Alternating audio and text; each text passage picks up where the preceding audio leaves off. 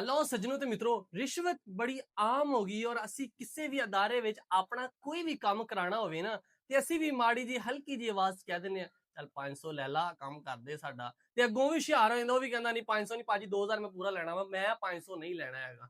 ਅੱਛਾ ਜੀ, ਅੱਜ ਦਾ ਜਿਹੜਾ ਵਾਕਿਆ ਵਾ ਉਹ ਵੀ ਸੇਮ ਇਦਾਂ ਦਾ ਹੀ ਹੈਗਾ ਵਾ। ਵਾਕਿਆ ਕੁਛ ਇਸ ਤਰ੍ਹਾਂ ਵਾ, ਸੈਕਟਰੀ ਜਿੱਥੇ ਅਸੀਂ ਨਿਕਾਹਨਾਮਾ ਦਰਜ ਕਰਵਾਉਂਦੇ ਆ, ਜਿੱਥੋਂ ਅਸੀਂ ਬੇਫਾਰਮ ਬਣਵਾਉਂਦੇ ਆ, ਜਿੱਥੋਂ ਅਸੀਂ ਆਪਣੇ ਬੱਚੇ ਦੀ ਪਦਾਇਸ਼ ਪਰਚੀ ਬਣਵਾਉਂਦੇ ਆ, ਉਹ ਸੈਕਟਰੀ ਜਿਹੜਾ ਕਿ ਜਨਾਬ ਅੱਜ ਰਿਸ਼ਵਤ ਲੈਂਦਿਆਂ ਰੰਗੇ ਹੱਥੋਂ ਫੜਿਆ ਗਿਆ ਹੈ। ਤੇ ਜਨਾਬ ਮੈਂ ਗੱਲ ਕਰਦਾ ਡਾਇਰੈਕਟਰ ਐਂਟੀ ਕਰਪਸ਼ਨ ਦੀ ਸਰਬਰਾਹੀ ਦੇ ਵਿੱਚ ਐਂਟੀ ਕਰਪਸ਼ਨ ਟੀਮ ਨੇ ਛਾਪਾ ਮਾਰ ਕੇ ਉਮਰ ਦਰਾਜ਼ ਸੈਕਟਰੀ ਛਾਈਆਂ ਵਾਲੇ ਨੂੰ ਗ੍ਰਿਫਤਾਰ ਕਰ ਲਿਆ ਹੈ। ਤੇ ਗ੍ਰਿਫਤਾਰ ਕਿਉਂ ਕੀਤਾ ਉਹਦੀ ਮੈਂ ਸਾਰੀ ਤੁਹਾਨੂੰ ਕਹਾਣੀ ਸੁਣਾਉਣਾ ਵਾ। गिरफ्तार इस वास्ते किया वा कि जनाब निकाहनामा क्योंकि एक तो सादा निकाहनामा बन जाता ना, जिहड़ा कि उत्थे जो निकाह होंदा उस टाइम लिखिया जाता कि निकाहनामा।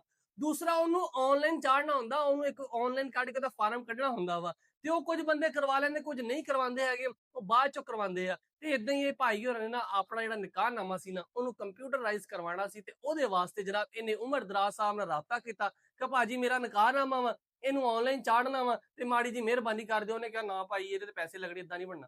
ਬਈ ਕਿਉਂ ਪੈਸੇ ਲੱਗਣੇ? ਤੇ ਰਿਸ਼ਵਤ ਲੱਗਣੀ ਆ। ਰਿਸ਼ਵਤ ਕਿੰਨੀ ਲੱਗਣੀ ਆ?